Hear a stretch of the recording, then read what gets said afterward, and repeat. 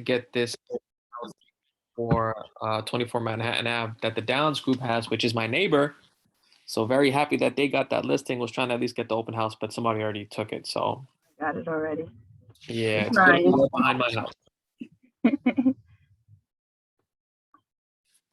And then I was looking at the don't forget, you can always do weekday open houses, 5 to 7 when people getting off of work, especially if you live in an area. That's an easy. Oh yeah, I'm doing that for my rental. I'm gonna have to lower the price on it. I test the market for 2 weeks.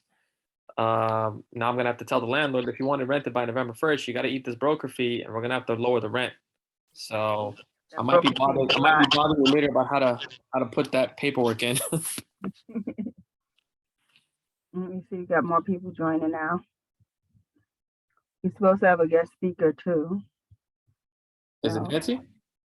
No, this one is Mark from Alpha Moving and Storage. Okay.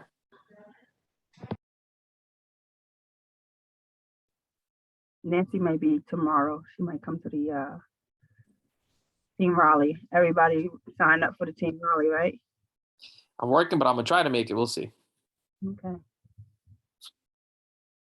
All right. Well, let's get started. If Mark come in, we'll interrupt our class so that we can accommodate him, so he don't have to hang around for our whole class. But Mark is a moving company that a lot of the agents use here. They get 10% discount for their clients most of the time. They've been around. Alpha Moving and Storage been around here in Jersey City for a long while, so they got a good reputation. A lot of people use them. Their business cards is in the front when you first walk in. So if you need a mover for your buyers or your tenants, because they got to move too, and of course sellers, that's a good referral that you can put in your portfolio when you're doing your presentation with your buyers and sellers. Let's start by me sharing my screen. We're going to work with the buyer side today and a tenant, which is pretty much the same thing, except the documents are a little bit different, but the process is still the same. How you get to the documents is still the same. How you create a contact. Do everybody on here know how to create the contact? Yes. Okay, very good. So we're not going to create a contact, but you would just add a contact if you need to. Opportunity, once you create your contact, you create an opportunity. When creating an opportunity, just make sure this is your difference. If you're working with the buyer or if you're working with the tenant, it will bring your paperwork up and your transaction and be coordinated based by a buyer or based by the tenant. So that's very important when you're setting up your opportunity to choose what you work with.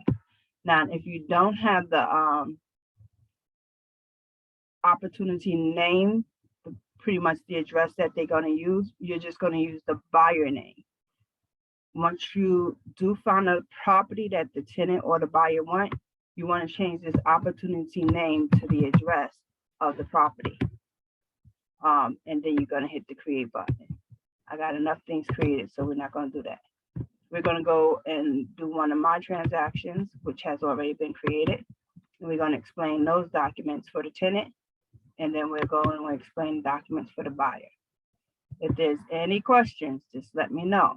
Do you have any questions before we start? Okay, so let's start with the buyer, because that's going to make us the most money.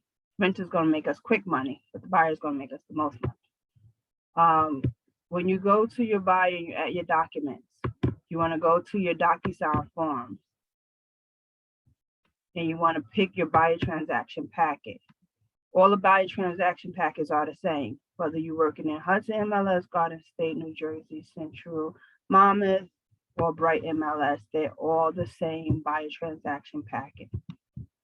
In the buyer transaction packet, you'll see the ones that I'm already have in my room, which is in use. Then you see ones that are in red that will be required. Now, your commission bill is not due up front. If you need to send a letter, that's not due. Even though it says required, it's not due. I highly do not recommend offer to purchase unless you are at the last minute of a crunch, highest and best, and have to get it in. Then you would do the offer to purchase. offer to purchase if you're going to do a commercial property, because we can't write up a commercial lease or we can't write up a commercial purchase. So you would just do an offer to purchase at that point, which is also called a letter of intent, LOI. So if you hear LOI, it's the same difference, offer to purchase, write up an offer to purchase. We don't, the ones that are in use, of course, I said already, is in there. We're not New York, so don't worry about anything that say New York. Informed consent to do an agent.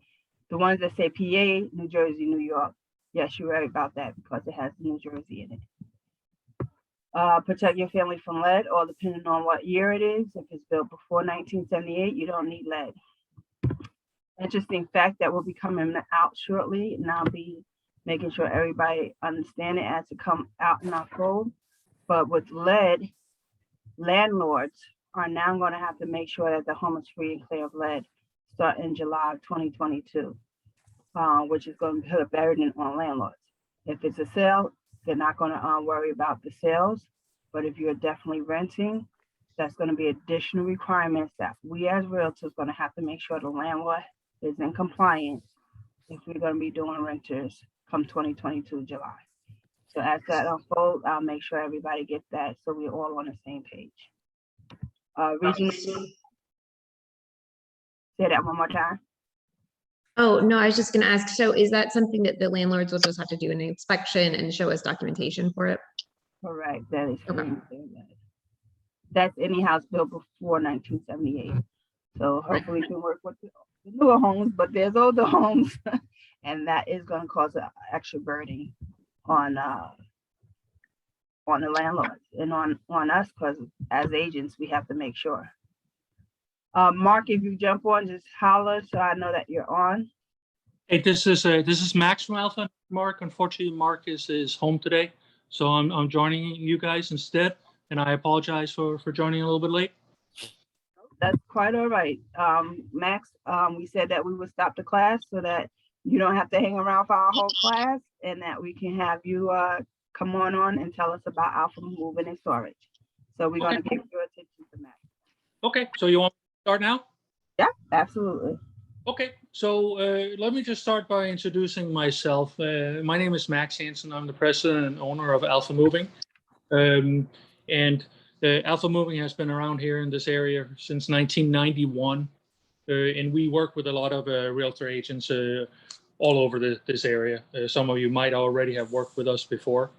What we do is we have Mark as the dedicated resource for all the referrals that we get from our realtors to ensure that there's just one person that takes care of everything. So if there's ever a problem, Mark or myself will be your go-to person for resolving any kind of issues. And I think you're going to find Mark has, I think, 20 years of experience in the moving industry, where he is assisted with all kinds of moves, from the regular small studio apartment to like mega mansions to large Hollywood stars that we moved. So what we do is from Alpha Moving and Storage, that about 90% of our business is referred or repeat customers. That means that there's a lot of moving companies out there that like to give your clients a low price for their move, and then when the actual move happens, they find a way to charge more for the move. We don't do that, because if we did it, we would lose 90% of our business. So what we do is we give the right price up front. We honor the price, and we give your clients a very good service on the day of the move. So I think we have several realtors that call us every week and thank us for how we treated their clients. So I would highly encourage you guys to give us a try if you haven't already, to see what Alpha Moving is all about. I'm telling you that we are very, very different from almost all other moving companies out there. And Mark also has these promotions that he gives out. I don't know if you have one at the office or via email, but basically what we do for all your clients is that if they tell us they came referred from you, we will give them a 10% discount as a referral bonus. So number one, we know that you referred them. and we're going to keep you up to date. So when the client calls in, Mark is going to say, hey, I got a call from the client, Max Hansen. We're doing an estimate for him tomorrow, and then we'll see what kind of price we get. So you know what's going on, and you're out of the loop, right?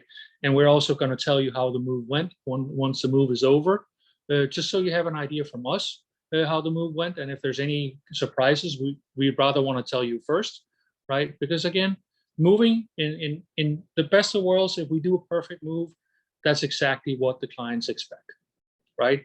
If there is any kind of issues, we have a customer care department that deals with those to ensure that no matter what the outcome of the move is the client is taken care of.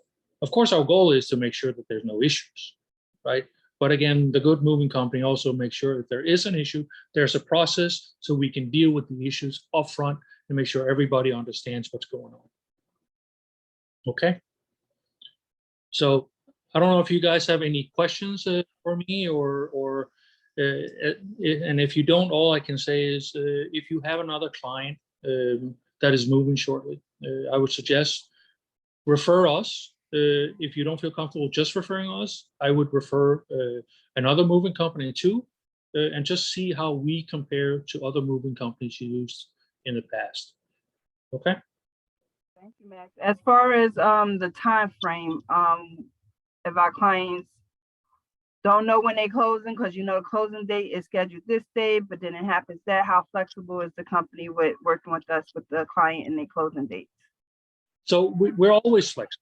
So we know this happens a lot, and we work mostly with realtors. And the funny part is, for me, over the summer, I'd expected a lot of closing issues, but I really didn't see any. But now here after Hudson County with the new rules for FEMA, we're seeing a lot of closings that have postponed, right?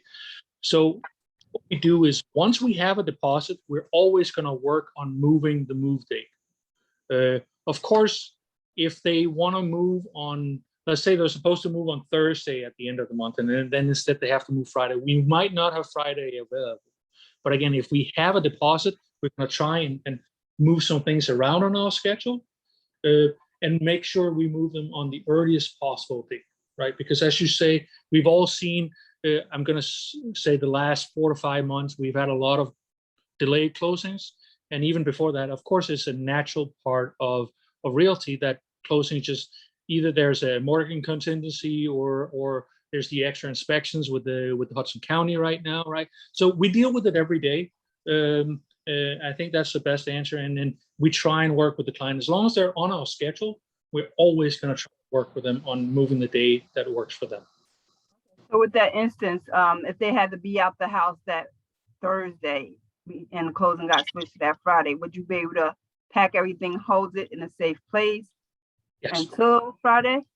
Yes. So what we do is have a 100,000 square foot warehouse here in Jersey City, right? So what we do is what you refer to as we keep it overnight, meaning that we bring it in here and leave it in our truck for 1 day if necessary.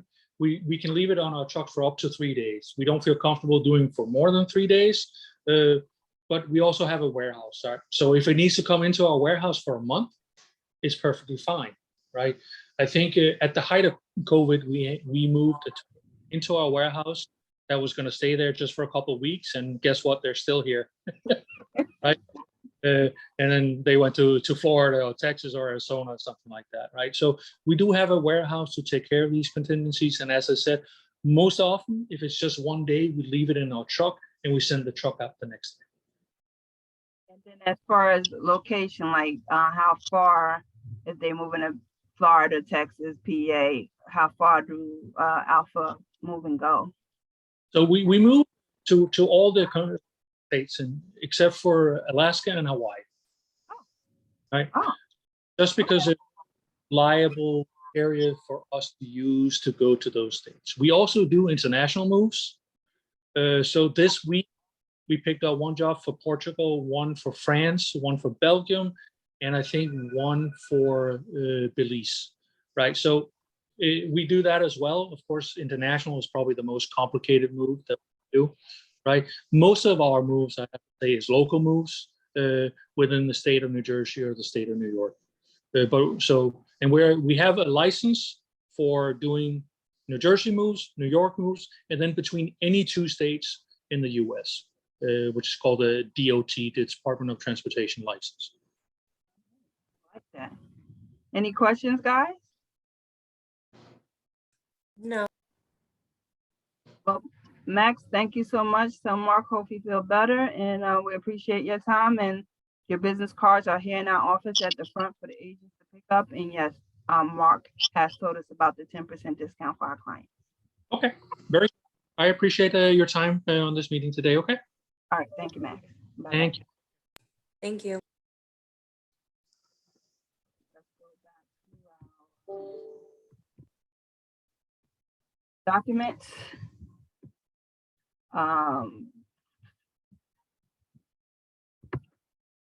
Put you up somewhere over there. So we have regional training policy does not apply. I don't know why that keeps coming up in there. Waiver inspection or appraisals. So we know with the height of the market, we had a lot of people waiving things. Again, as agents, we don't encourage anyone to waive anything, perhaps up to a certain amount, but we're not encouraging them to do that. We have documents that sign that we're not encouraging them to do that. But if they should choose, this is a new form. So we want to make sure that they sign this form waiving of the inspection and appraisal, so it doesn't hold us harm. It doesn't hold accountability to us. They waived it in writing. Now, the tenant hold harmless and release regarding COVID. We know COVID is still around. We're still in pandemic, so that's still required. The contract of sale, of course, is required.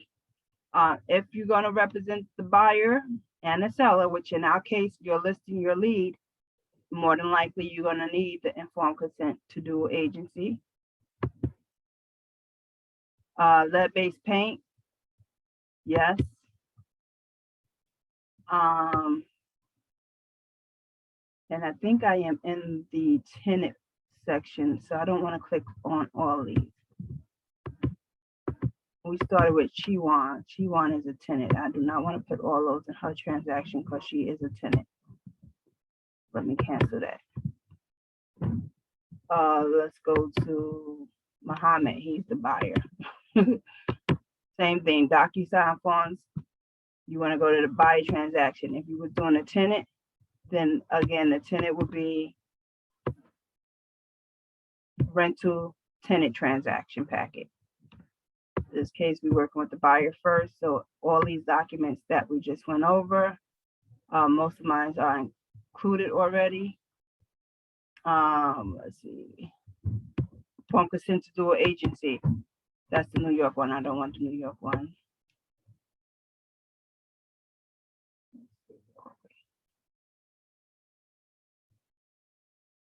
I guess mine is already in use.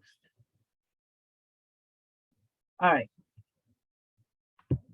Exclusive buyer agency agreement, we're gonna need that. If you're gonna be hosting an open house, you wanna have that signed by the buyer. You wanna bring it so that the buyer can sign it. Then regarding coronavirus, again, the buyer can get out of a contract if there's a result of coronavirus. We can put a time frame in there, anywhere from 0 days to 30 days. Wouldn't put anything longer. Let the attorney worry about, whether they're gonna accept it or kick it out. Our job is just to present it to protect the buyer that we're working with. The addendums on the contract, if we click any of the addendums, you have to make sure you bring it over. So if they need a sales concession, if it's more than 3 families, if it's a short sale, if it's new construction, all these addendums are part of the contract. So as we go over the contract, you'll see what addendums you would need to bring in if you check it off. So let's go into our file right now and begin to look at the documents. Before we do the documents, we want to make sure we put in all the details. We want to make sure we put the seller information in, if it's more than one seller, the listing agent information, the listing, if it's more than 2 listing agents, The buyer's information, if it's more than one buyer, you make sure you put both buyers. In this case, it's 3 buyers. We don't have a field for a third buyer, so you're gonna have to manually add that third buyer or that 4th buyer in. And then you, as the buyer agent, if you're working with a partner, then you want to put both of your information on. On the left side, you want to make sure that you fill in all your information. You can hit edit to fill in all the information. We're working with US dollars. Let's move it out the way a little bit so I can see. If you know the MLS number, and in this case, if you already have the buyer and you're writing up a contract, you should have an MLS number. The address, make sure you put the apartment number, especially if you're dealing with condos. Hudson County, state, and everything that's associated with this section, which is the location.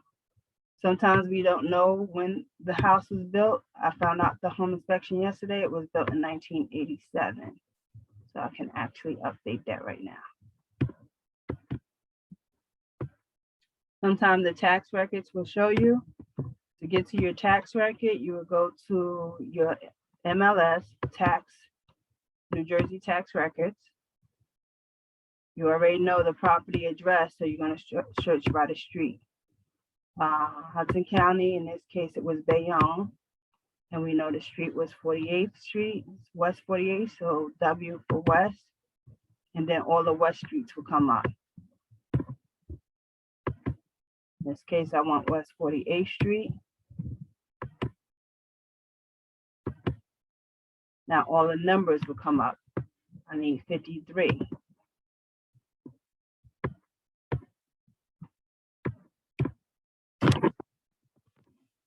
53, there's unit numbers, so you want to make sure you have your unit number. With condos, and only with condos, you're going to get a block, lot, and a qualifier. Generally, if it's just a regular house, single family, 2-family, 4-family, you're only going to have the block and lot. But with the condos, now they're coming out with the qualifier, so this will be the qualifier. Just use that. Also on here, you're going to have the property address, the description of the property, the taxes, in this case is $49.94, the square footage, the year it was built, the owner's information, and sometimes on condos we don't need the land description, but on a single family house, 2-family, we generally use the land description.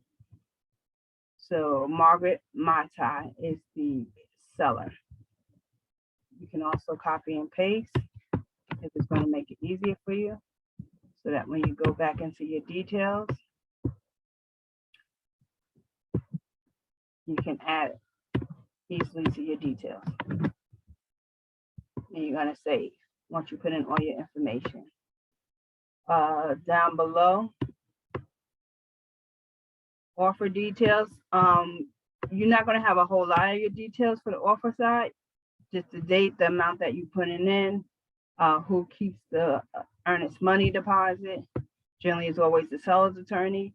As Keller Williams, we don't keep any good faith deposits, so don't ever make a check payable to Keller Williams. We will not take it.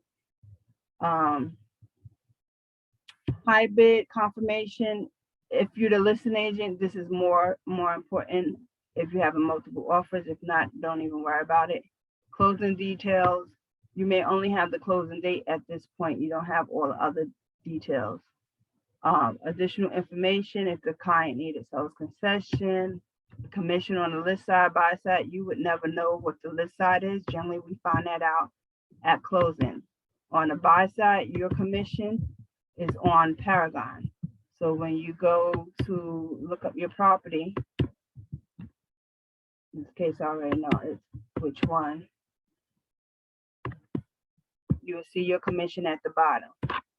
It's paying out 2.5 minus 275.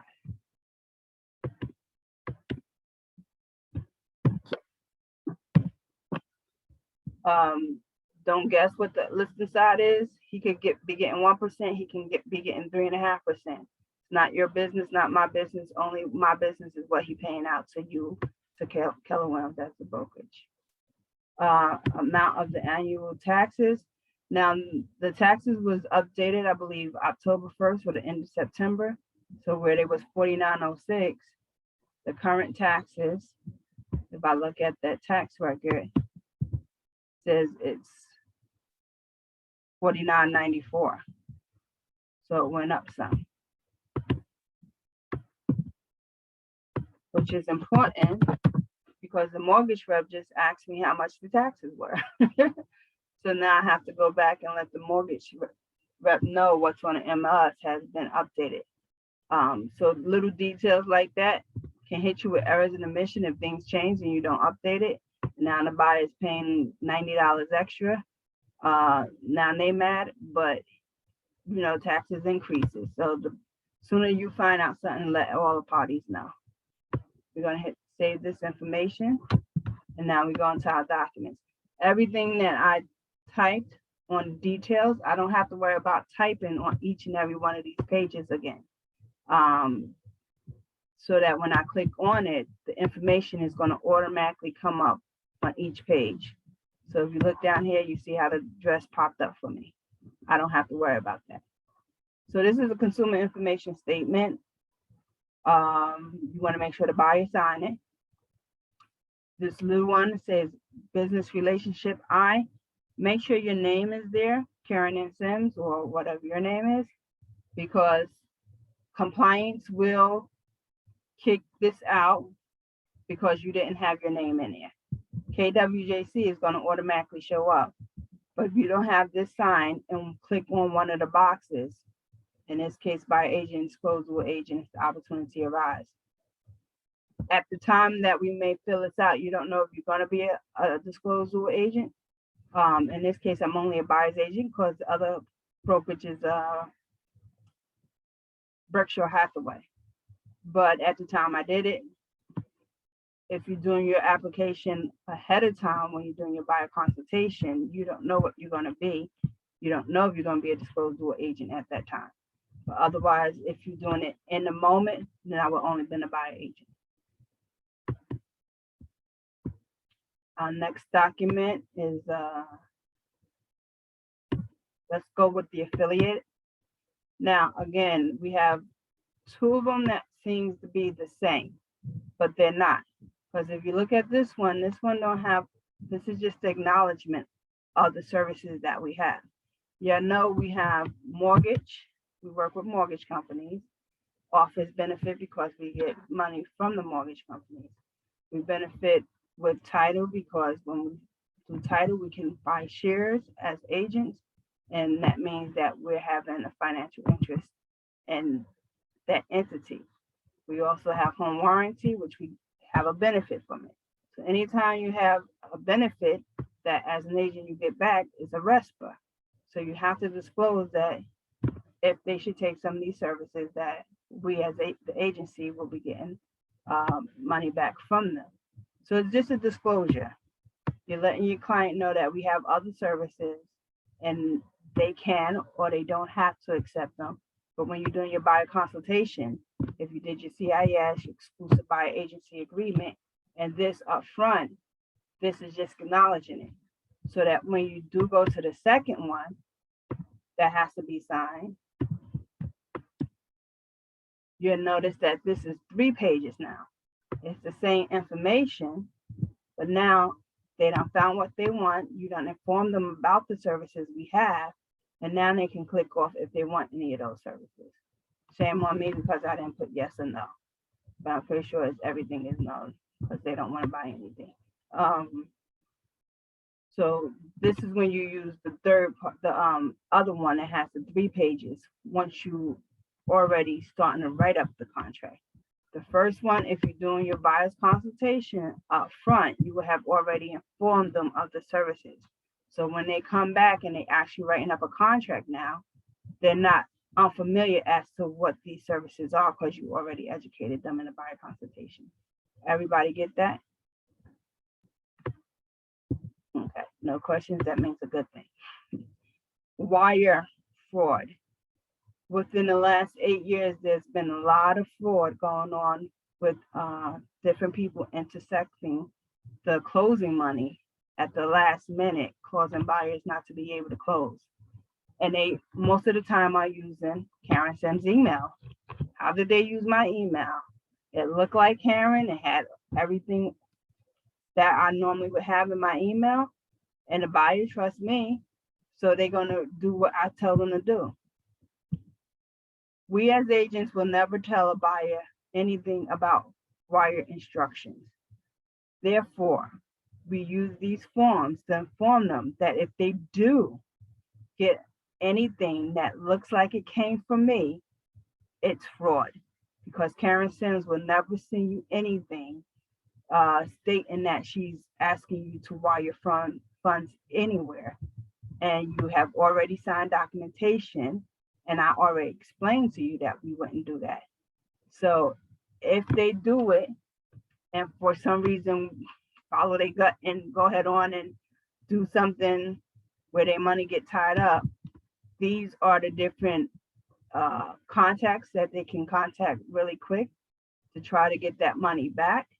Whereas our normal wire fraud do not have all these outlets for them to contact. On our other wire one, which I'll bring up now, it only gives you one resource to try to contact if your money get lost, which is right here. That one gives you 4. This document is from the state of New Jersey, NAR. Both seller and buyer have to sign it. Same message, meaning we as agents will not ask you to do any wires at any time, but more information to protect your buyer. So you're going to have them sign both of them so that they're aware if they do get caught up in any type of schemes or fraud, they'll be able to contact that information. And you notice that they only sign, not the seller. So that's the difference in these 2 documents. Please use both. Any questions on that? Okay. So when we're dealing with condos, and we will be doing with condos, I would say probably a good 40% of my business is condos. You just want to make sure the fees are in here and that you send it to the seller, because this is an addendum to the contract. Remember, we spoke about the addendums. So if you look at the top, it says it's addendum regarding addendum regarding homeowners association. And it's just to let the buyer know that there's an HOA fee and that is a fee. Karen, is that required for rentals? If the person's being a condo? Okay. But generally on a rental, the landlord is paying the HOA fee, not the tenant. I've never seen a rental where the tenant has to pay the HOA directly. Because if the tenant don't pay the HOA, they coming after the landlord. The association is coming after the landlord to pay, not the tenant. So the association would never want a tenant to pay them directly. They would always want the landlord or the owner of the unit to pay. Got it. And the landlord just probably takes that and adds it to the rent so that they can account for it. Coronavirus.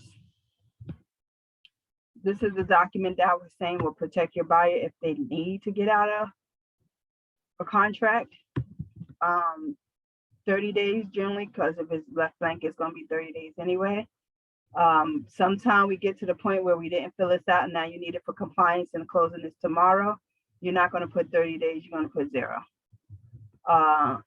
Now, if this one is checked, it says buyer is unable to close the loan and proceed to closing because of the buyer loss of income from COVID related issues, notwithstanding the buyer may have removed buyer's loan contingency, then either buyer or seller may cancel the contract and buyer deposit shall be returned to buyer.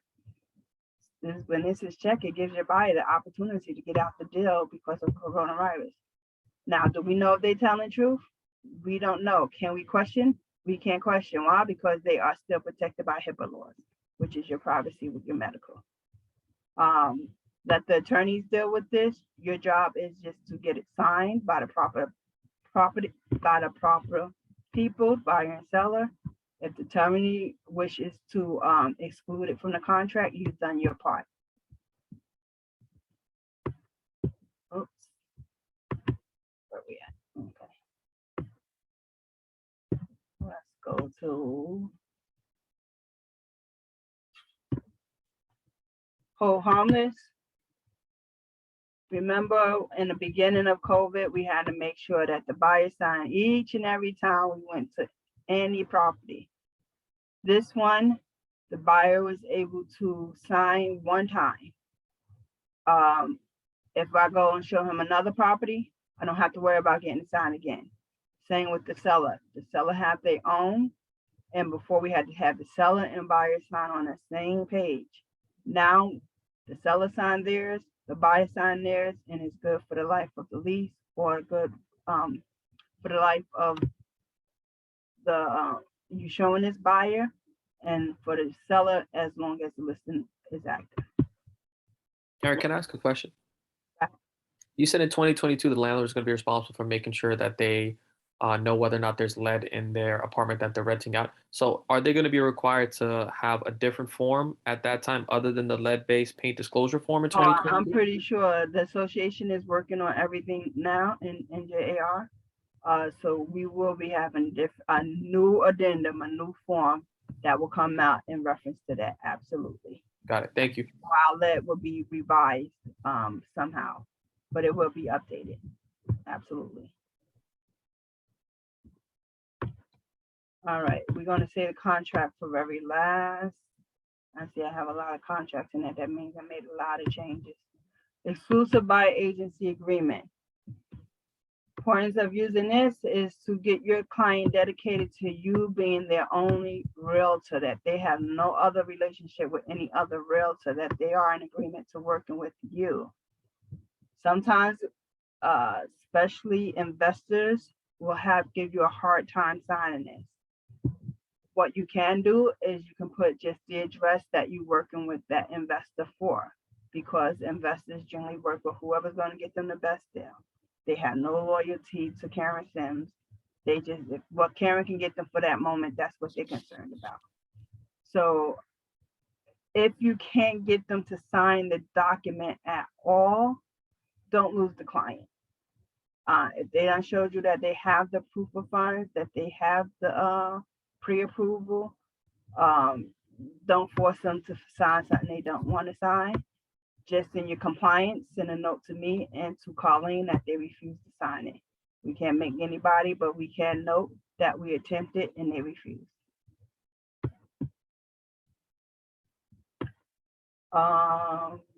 Inform consent to do agency. Again, buyers have rights, just like sellers have rights, and the buyer have to give you the right that they want you to represent them and the seller in the same transaction. Never have I had an issue with the buyer doing disclosed dual agent. I have had issues with the seller wanting me to represent only them and not a buyer. So hopefully I never have that with the buyer, but it can happen. Hopefully I don't never have it with the seller again, but it can happen. So in that case, what would you do? You just call Ramiz up, or you call somebody up and say, hey, I need you to work with me on this. You can give me the referral, but I need you to take the lead. I'm gonna step back because I can't be a disclosed dual agent. So even though we're under the same umbrella and you're gonna be a disclosed dual agent, it's not like Karen Sims is working directly with the buyer. One of my partners would be working with the buyer. I would be working with the seller, but we still would be under the same umbrella. So we still would be disclosed dual agent. And you're saying you take the referral in that position while Ramiz takes the lead of the buyer or seller? Okay. But the seller don't know what we're doing internally without referrals. That's not a Okay. document that they have to sign. So it's none of their business that I'm giving Ramiz, or Ramiz is gonna be the front end. And me and Ramiz worked out a split. Now me and Ramiz gonna work it out in writing. Office to office, referral, not the referral on the outside. And it's gonna be based on how much I need Ramiz to do. So I might say, Ramiz, I need you to do everything. So I'm just gonna sit back and take a 25. Or if the house is vacant, Ramiz, I just need your name. So I'm gonna give you 25. I'm gonna take 75. I'm doing all the back work. I'm just using your name. Or let's do 50-50. Anytime you have to show it with the seller, you're the face, I'm not. Sounds good to me. However you work it out, make sure it's in writing with the brokerage to brokerage, which is our internal one. Okay. Let's see, what is our next one? We already went over wire, informed consent to do with agency. Let's see.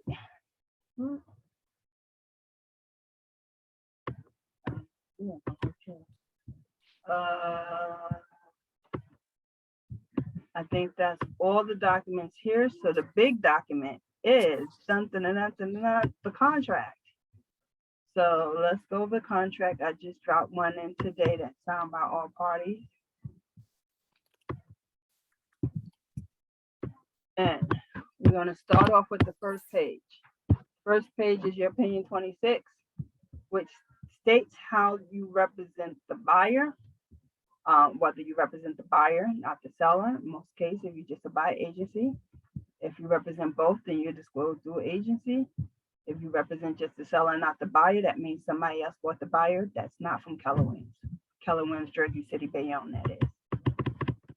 If it's from Keller Williams, Hoboken, that's not a disclosed through agent. If it's from Keller Williams, any other thing than Jersey City and Bayonne, that's not a disclosed through agent. You want to make sure your buyer sign. Remember I said you had the buyer 1, 2. I had to add the second one in. You see I had to type in her name so that she can sign. Whereas the computer typed in everything else for the other 2 buyers. This is the seller, listing agent, me as a buyer agent, and I'm the one that prepared the contract.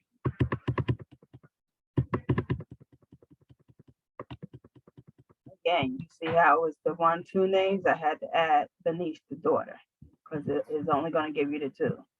Now I just added the seller. So the attorney called, screamed at me and said, "Karen, you're making mistakes here. You didn't put the seller." I said, "Well, I didn't put the seller because they have a POA, and I didn't know if to put the POA or put the seller." She said, "If the seller's still alive, the seller go there." So he had to do the addendum to add the seller's name. So it's not on the contract, but it is in his attorney writer. The property address, and again, all this information come over when you put it in the details, so you don't have to worry about putting every single thing. You have to make sure that everything is correct, but you don't have to worry because it generally brings it all over together if you put it in. You see how I have the lot, the block, and a qualifier. Purchase price. List price was $220. We went a little bit over. We've been looking for over 2 years. We've been looking before the pandemic for the right property. So it was a multiple offers. So yes, we did go over asking price. Initial deposit is always generally going to be 0 because we're not going to collect anything from Keller Williams. And unless you know the attorney that the seller's working with or the buyer's working with, there's nobody to write the check to for the initial deposit. So we're always going to put 0. Then the additional deposit is where we would have put the 1,000. We're just going to combine it, the 1,000 with the additional deposit for one deposit altogether. Mortgage amount and then the balance. So how did I arrive at all these numbers? Well, they're putting down 20%. So 220,500 times 20% give me 34,100. So I just broke that down so that they're not bringing all their money up front, but they bring in a good amount up front. A lot of people would just put $5,000. Some people put half of 20%. Some people put 5% up front. I felt my clients would be comfortable with less than 10,000 or around 10,000. So that's why I only put 10,000. They'll bring the rest at closing so that it's still sitting in their account accumulating interest. And then their mortgage would be that 176,400, which is 220 minus the 20%, will give me their mortgage amount. Anybody need me to give them another example so they understand the math? Or do you understand the math there? Speak now, forever hold your peace. All right, so initial deposit, again, not applicable because I didn't collect the initial deposit. That additional deposit, when is it due? 10 days after attorney review. Why are you not putting the actual date in there, Karen?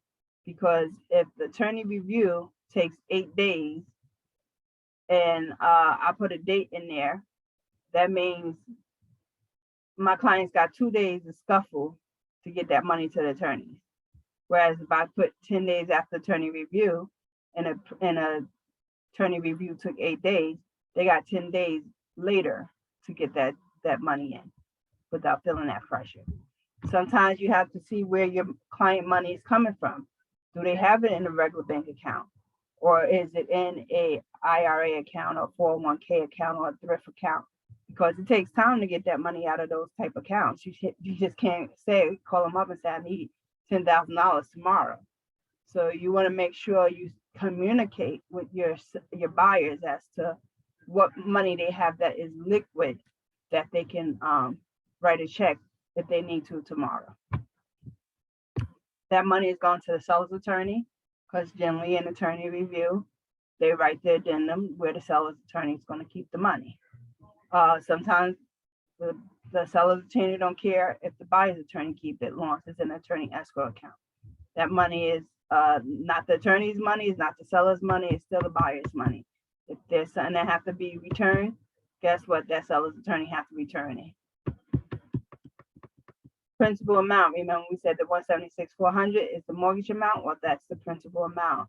Conventional type loan, sometimes it's going to be a 203, a FHA or VA, or it might be other, because it could be all cash.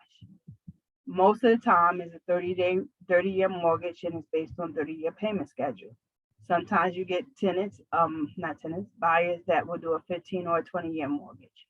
So generally on your pre-approval, you'll have that statistic as to if they're doing a 30-year conventional, 30-year VA, 30-year FHA, or you have their proof of funds if it's cash. The mortgage written commitment is generally a month after they do the contract. I add a few days because we're counting in attorney review. So if I did an actual full month from the date that we did it, in this case was 9/25, that would mean 10/25, but I didn't account anything for the time that we would do the home inspection. I mean, not the home inspection, the attorney review. So that's why I have 11/1 for the mortgage commitment.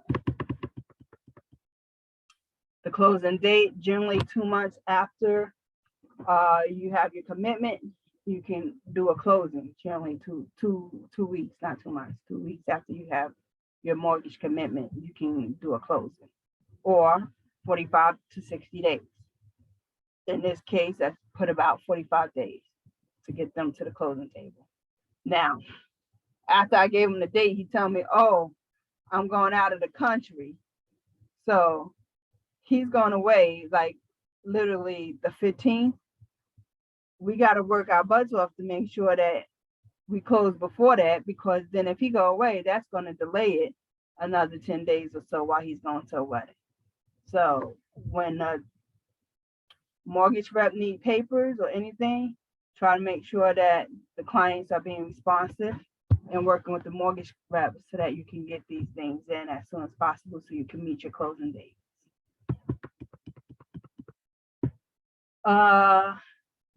This one, items included in sale. You see how I made another mistake? And attorney called me on that too. Personal property. Well, personal property should have been excluded, and refrigerator, washer, dryer, dishwasher, and stove should have been included.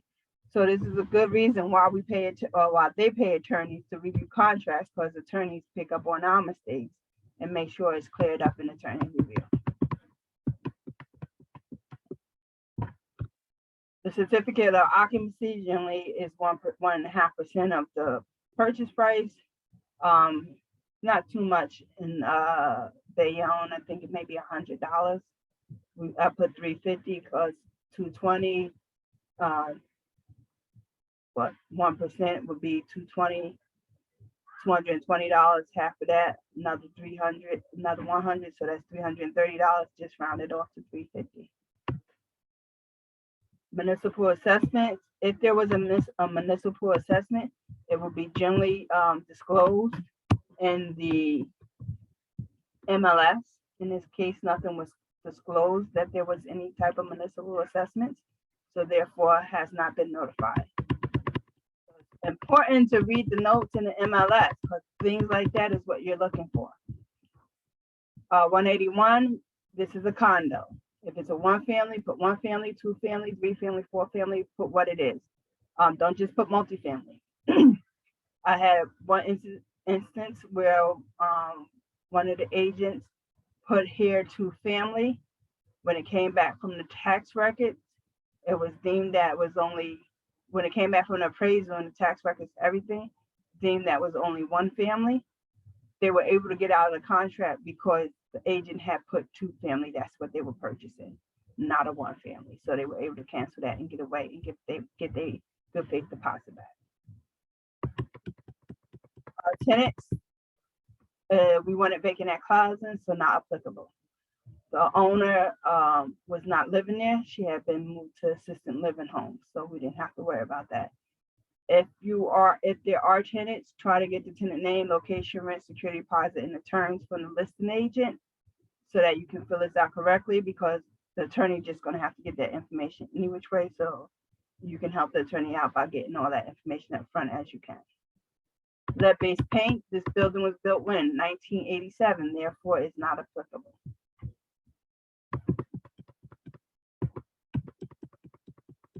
Again, one other thing, if there is lead-based paint, don't have your buyer sign a blank one.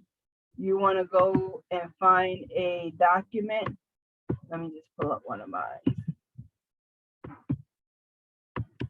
You want to go to the documents.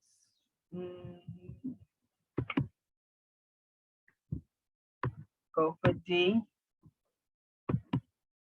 And you want to pull the lead from the MLS that is already signed by the seller, that already shows seller has no knowledge, seller has no reports. If the seller should paint, they will disclose. And that's signed by that listing agent and by that seller. Don't let your client sign a blank one of these, because they don't know what they're signing if it's blank. This is the whole disclosure of lead. So they need to have the warning, have the property, have the disclosure, and have the signature of the seller, and then have them sign the lead document. This case, we didn't need it because it was a newer building. And this is the time that you want line number 240, when the seller has to return to the buyer written counter offer or proposal. Sometimes you will put 24 hours. That can piss the seller off, like who they think they are, giving me 24 hours to tell them or the offer is not good. I always do 2. If left blank, it would be 3. 2 to me is reasonable. But if you put 24 hours, be ready for your buyer to walk away if the seller says screw them. Point of entry, we don't have poet systems here. But if you're working outside, you want to make sure, when you start going to Mars Plains and them different areas, suburban areas, you want to make sure if they have any type of poet systems or cesspools. The city of Jersey City, we don't have that stuff. Bayonne don't have that. Let's see. Again, this whole contract is going to be disapproved by the attorney and put in an addendum, and the buyer will be protected in attorney review for this contract. But this contract will be null and void, but hereby acceptable is generally how it's worded, and then they do the addendum. So inspections, again, I was in a bidding war. We went for 10 days, but now it's 14 days. If you leave it blank, it's 14 days. It always was 10 days, but a few years ago, everything was such rush. They needed to calm everything down and give extra dating for things, so it went to 14 days. If you're in a bidding war, you can play with this. I've done it where 7 days. I'll get my client an inspection within 7 days, just to show that we're eager and that we're not playing around.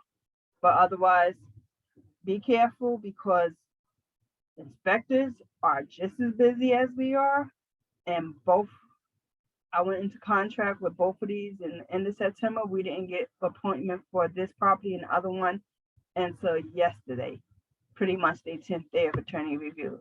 So if that happens, what I had to do was email the attorneys and let them know that we having issues getting inspectors. We need a few extra days on a home inspection. So make sure you cover them, because remember, I only put in 10 days. So you want to make sure that they covered. Again, with termites, all inspection things for 10 days. You can leave it for 14 days if you feel you're in a market where the inspectors are far and few. And you can always do that, because in your buyer consultation, if you give them references and you tell them to call and see what they schedule like, they know how the inspectors are flowing, pretty much if they're going to need the 7, 10, or 14 days. So as part of your buyer consultation, make sure you're giving those contacts so that they can be familiar, so that when you go under contract, they ain't scrambling and driving you crazy. And everybody should have inspectors in their phone. We'll have one tomorrow at the Team Raleigh. Raj Abduzi, I've been with him 19 years, so come on out so that you can meet him in person. Again, we only fill it in the blanks. So next blank would be 545, Keller Williams. 546 is the licensee, which is yourself or myself in this case. How am I working as a buyer agent? Who is the other broker? Berkshire Hathaway, McGee and Panero. And how are they working as sellers agents? All this information here about John, I found on the MLS. And we go to the MLS, go to the property, on the property, and then we go down to their name. We get all the information, address, where it's located, phone numbers, everything that you need to make the contract complete. You get their license number, and I hope all y'all know Keller Williams license number and your own personal license number. But make sure that you fill in a complete application contract, because the less that agent has to do and more information you have filled out for them, they're going to want to work with you, because they're going to see that, oh, you know what you're doing. Slide number 599, disclose that the buyer sellers a real estate license. It will tell you in the MLS if they were a licensed agent. So in this case, no.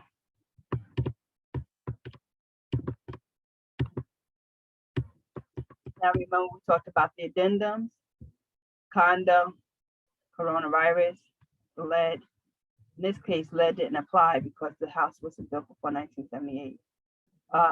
So yeah, I might have a problem with that when it comes to the mortgage. And I'll just tell them it was built 1987, so we don't need it. But see, even me, it's Karen. I make mistakes too, especially when you're rushing. But that is the whole contract. You want to make sure that everybody sign it. And I guess they didn't notice that the seller missed the initial too, because I didn't notice that until just now. But it's signed. So compliance, when it comes to compliance, I would say as long as the seller signed it, the initial is okay. And that is the whole contract for a buyer. Now let's just look at the documents for the tenant. Again, we got the same pretty much documents. Only difference will be the actual lease in here, and the lease is what the tenant will fill out for you. You can't fill out anything from the tenant because you don't know anything about the tenant. So if you do pre-tag rows, it will show up boxes for the tenants to fill out. This one will have a lease application. This one was a disclosure agent because both of us is with the same company. The NTN, I hope everybody know how to run an NTN, send a link and get the NTN report back. Karen, I had a question on the NTN. Mhm. I was going through the orientation checklist and it says to go to the resources tab. But when I go to ntnonline.com, I don't see that.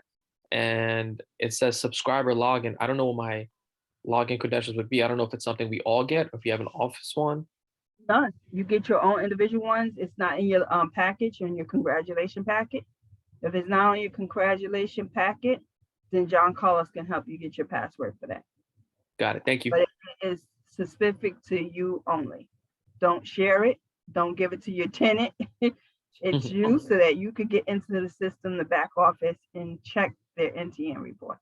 And for those international students where you just put 0 zeros over and over again for their social, you're basically just running a criminal background check. I'm assuming, right? Correct. Got it. Thank you. We're gonna have Elizabeth on in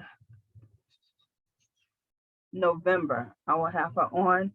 There's gonna be some rules changing that's going around. Right now it's in Philadelphia, but there's gonna be a discrimination act against those.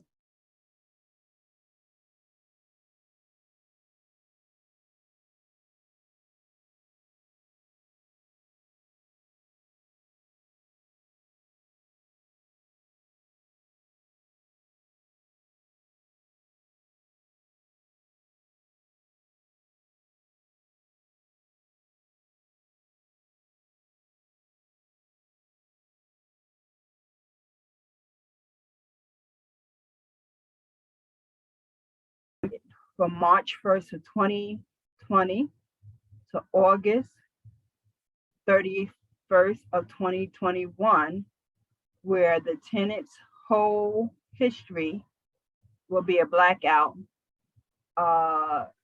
because of coronavirus. So if they had an eviction, it won't show up.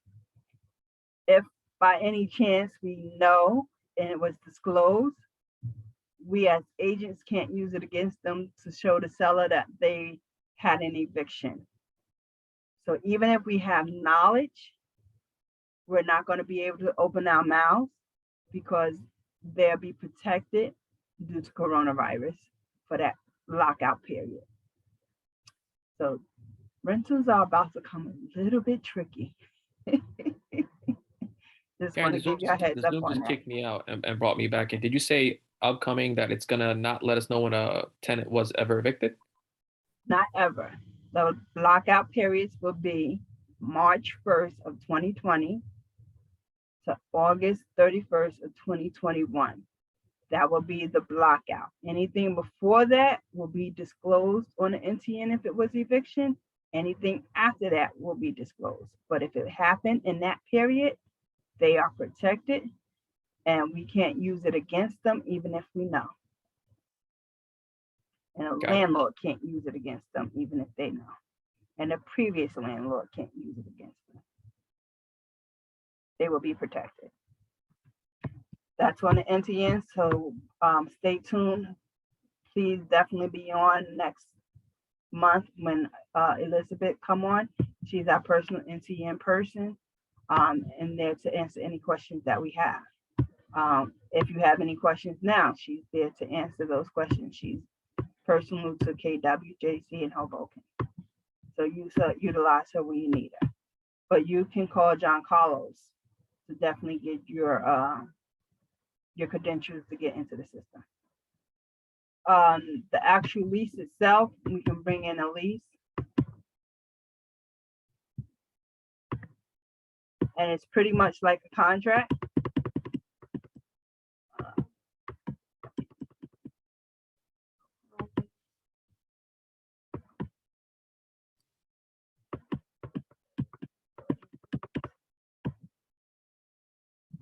That's because I'm on buyer. I gotta switch to rental transaction packet. And then I can get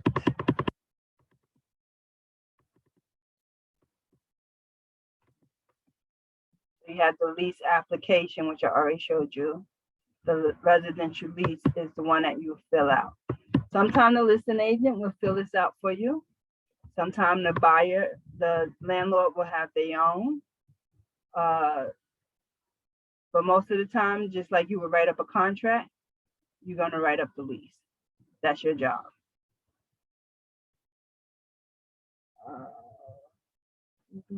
Where did the lease go? Where did it drop into?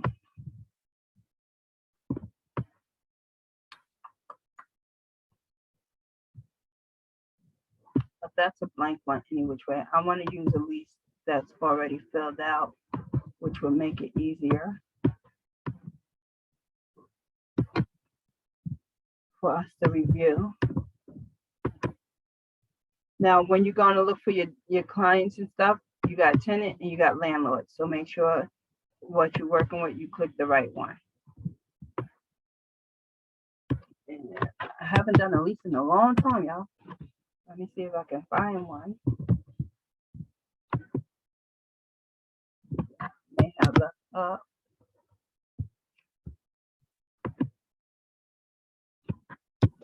Okay, I left Candace up.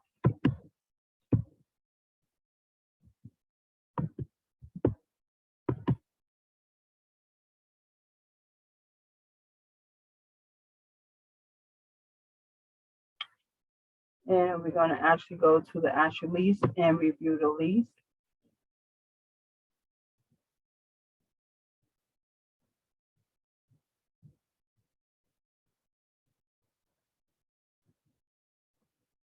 Got the lease application, lease application.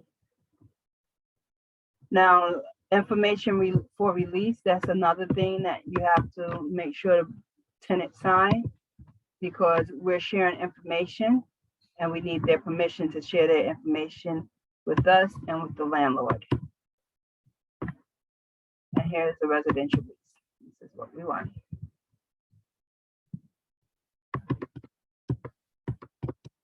So you're going to have the landlord's information, where the landlord lives, the tenant information, where the tenant currently lives,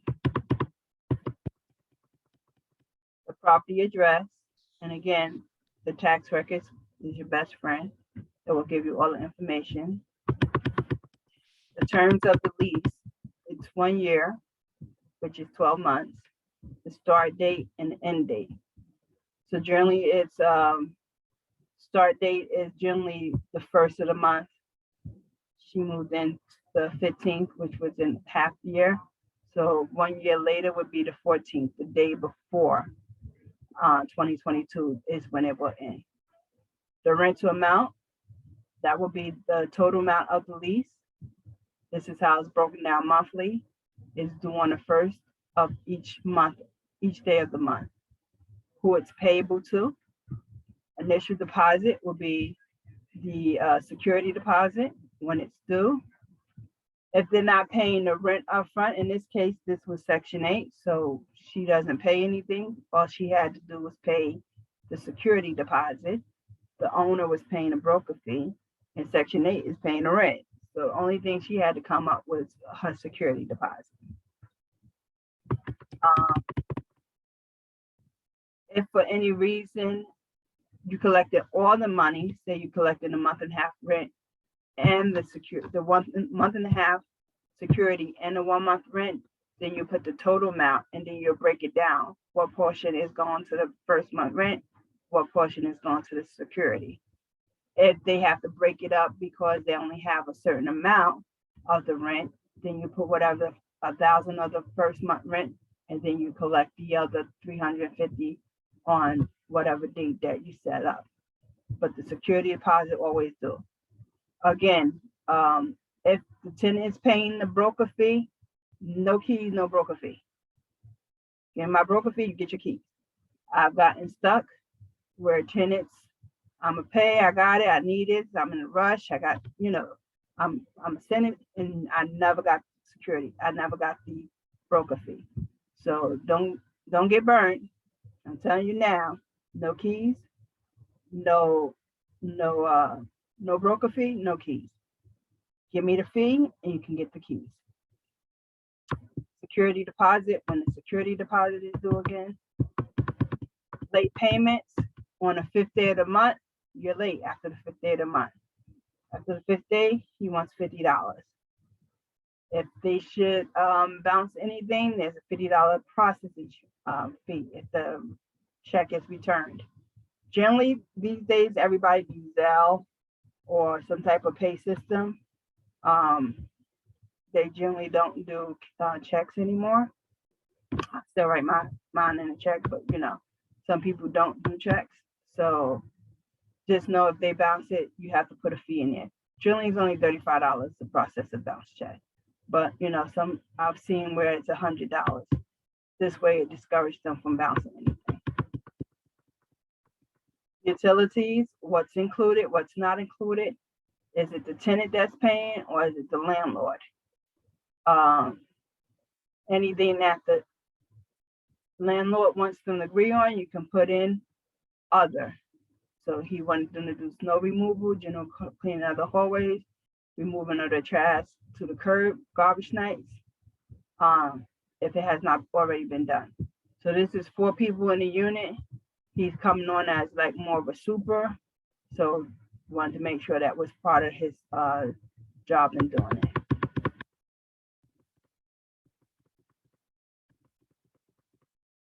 Again, you're filling in the blanks on the lease.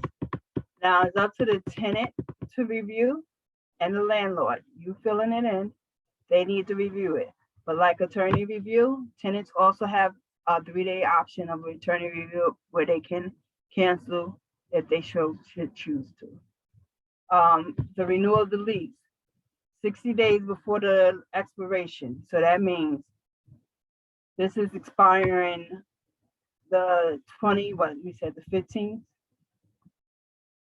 the 14th of 2021. So by November 14th, the landlord needs to give them notice. Are they renewing their lease or are they moving? They got 30 days to tell the landlord we're moving. So that means by December 14th, they need to be telling the landlord they will be moving for January 14th. See how that works? 60 days to landlord, give them. They got 30 days to review it in their head and then let the landlord know within 30 days what they're doing. Karen, does that apply to all properties, even owner occupied, like 2 families? Yeah. Okay.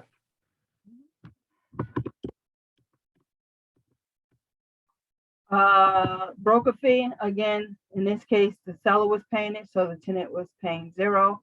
If the landlord was not paying it, then the tenant will be paying it. If it's half and half, just specify who's paying what. I didn't put same information because it was me. I did both sides, so all the information above was the same. I was the participating, which was the same as above.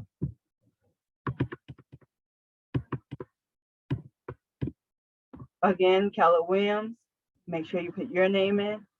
If the information was supplied, and here I was disclosed through agent. If it was a different agency, then I would put the information was supplied by a Caldwell Banker. In this case, it wasn't, so it's just me. Karen, do you always send a lease application, or are there times when you don't send a lease application and you just prepare the lease? Oh no, I need to know what's going on with the tenant. I need to know the history. The seller need to know the history of the tenant. Got it. So when you send that initial email or text and saying complete the NTN, do you wait for the NTN to come back to then send the lease application, or you send that with it? Nope, send it with it. So I'm gonna go show you how one of my emails is set up.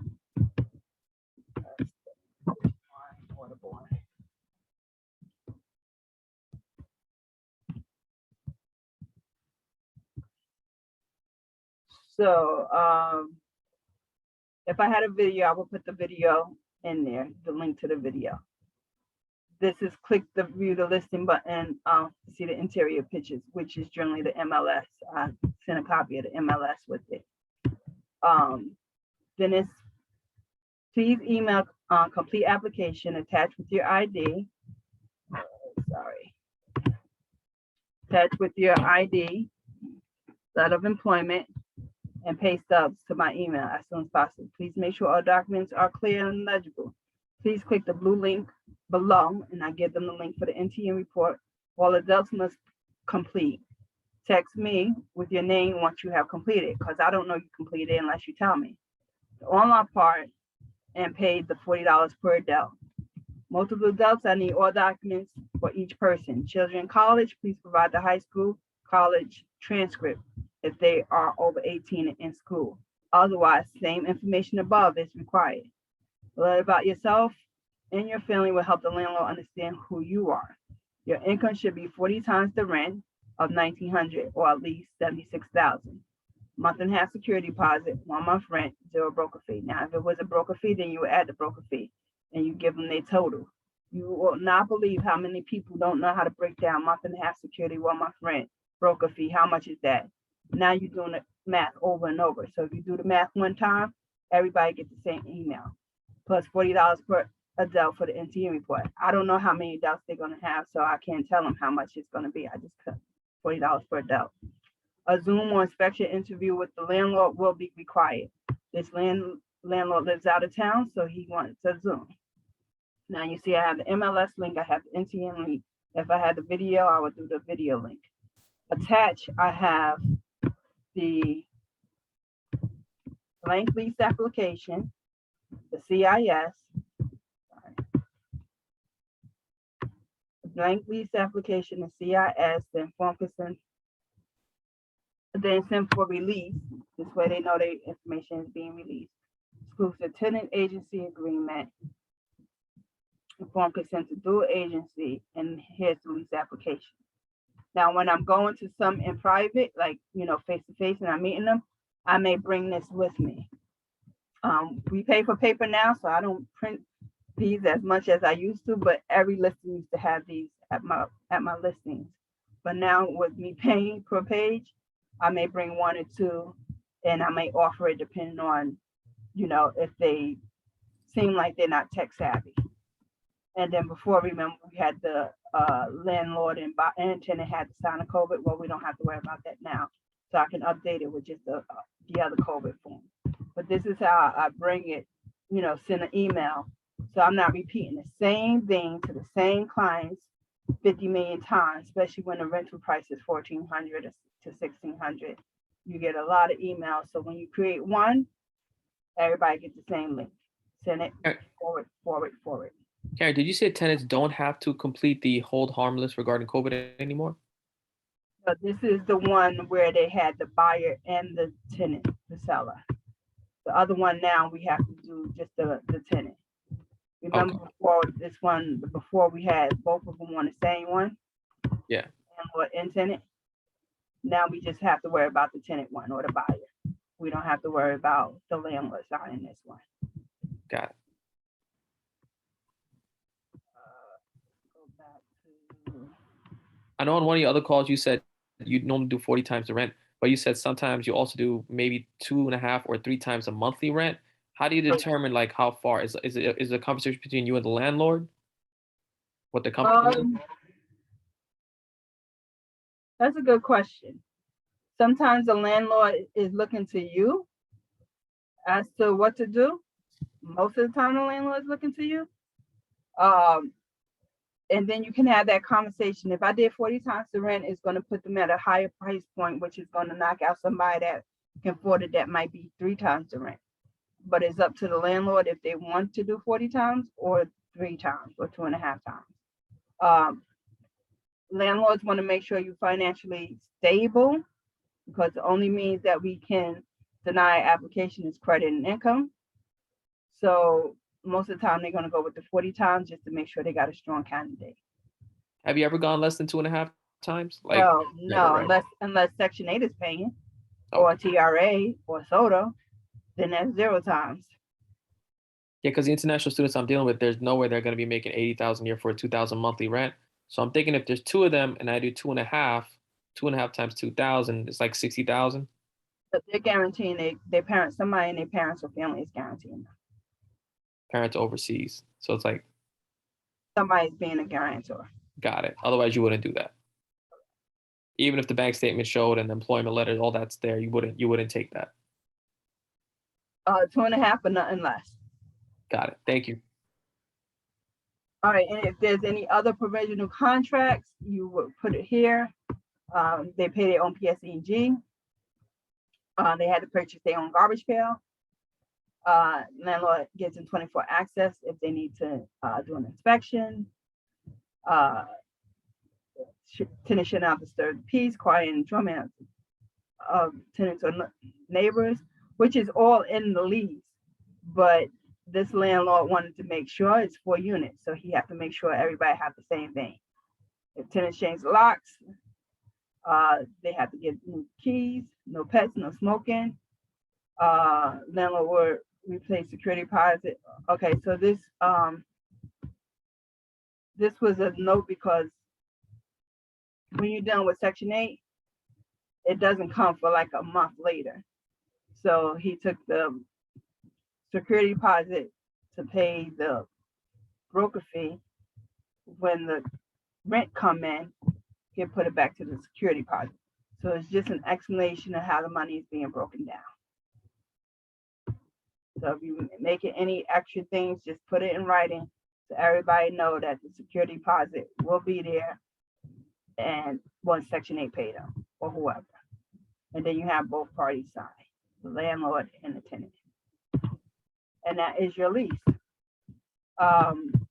One difference that you do need too is your W-9, because the security does not belong to, and now I now remember why I still got her active, because she has not still have yet to do her W-9.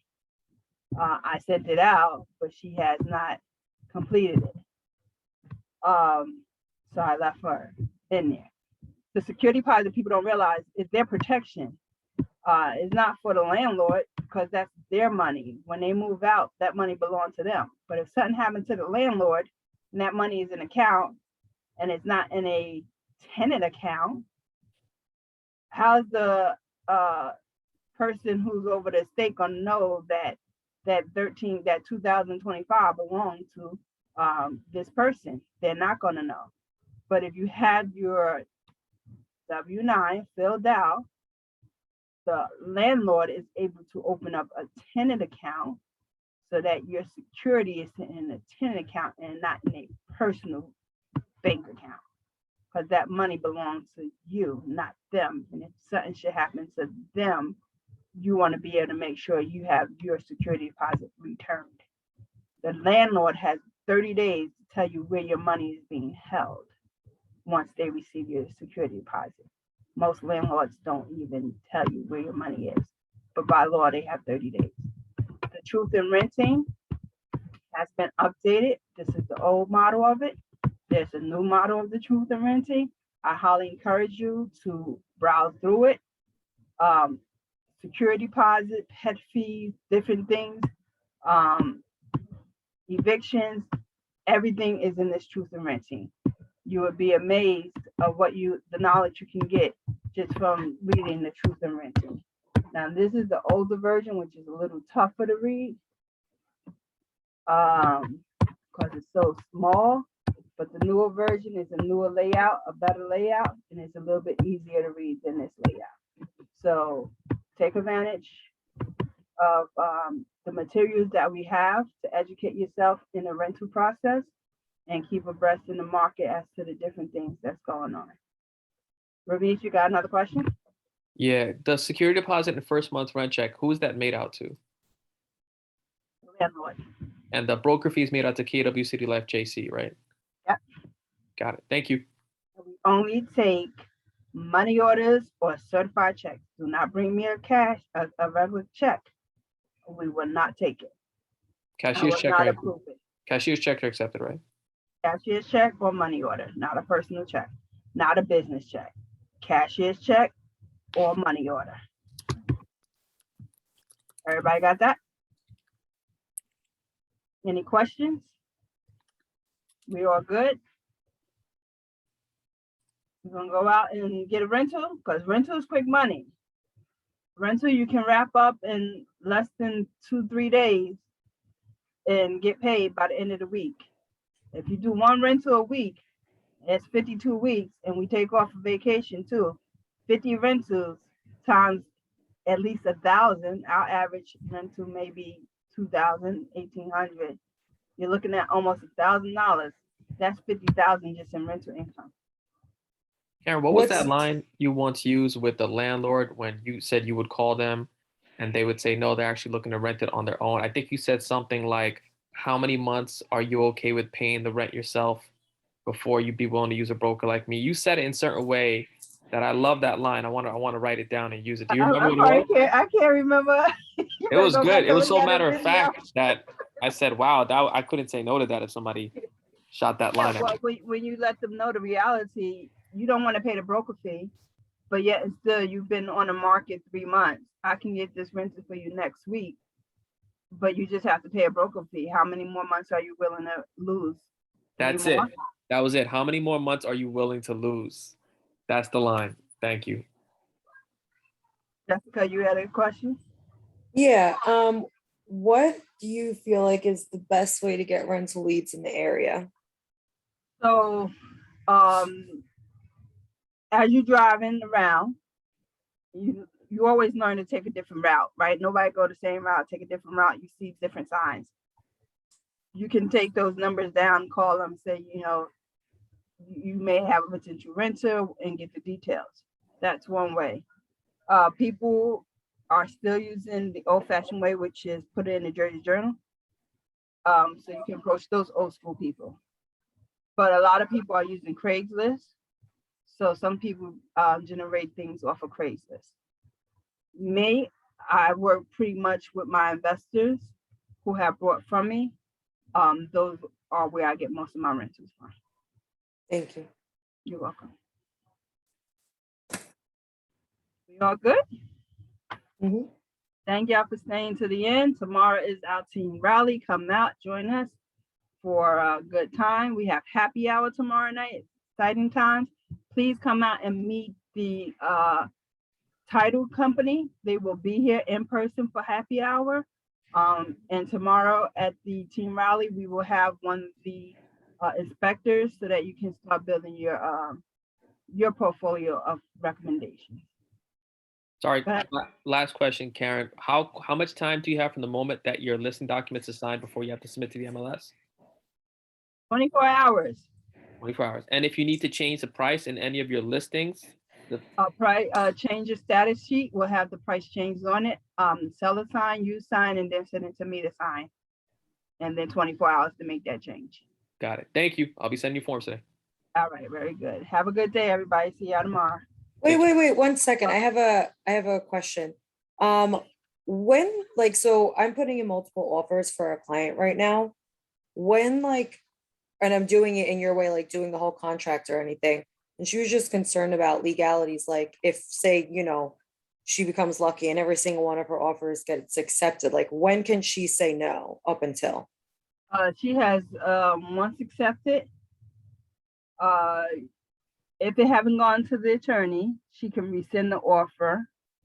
Once it goes to the attorney review, she has 3 days to cancel the offer. During the attorney review? Correct. Okay, all right, thank you. So if she go into attorney review on any of them, then she has her 3 days normal to reject. If it doesn't hit attorney review and she changed her mind, then you can just rescind the offer. Okay, all right, can reject during AR and rescind before. Now, if it goes to AR, the attorney is gonna reject it. Okay, perfect. Thank you. Welcome, Ramesh. I'm good. Thank you, Karen. Thank you so much. Have a good day, guys. Bye-bye.